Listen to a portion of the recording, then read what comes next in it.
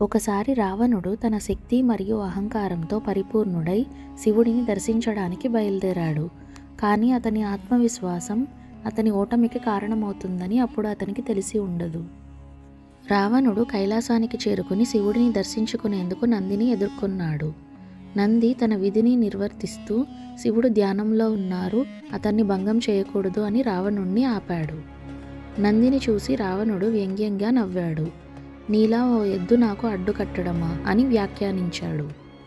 కానీ నంది ఆ నవ్వును తట్టుకోలేకపోయాడు. ఓ రావణ, నీ అహంకారం నీకు శాపమవుతుంది.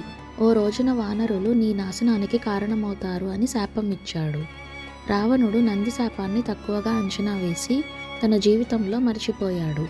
కానీ నంది చెప్పినట్లుగానే వానరులు రాముడి ఆధ్వర్యంలో రావణుడిని సర్వనాశనం చేశారు. హనుమంతుడు లంకను దహనం చేయటం మొదలుకొని వానరసేన అమృత నాయకత్వంలో రావణుని రాక్షస సేనను ఓడించడం వరకు నంది శాపం నిజమైంది. అహంకారం ఎంత శక్తివంతమైనదైనా అది మన పతనానికి కారణమవుతుంది.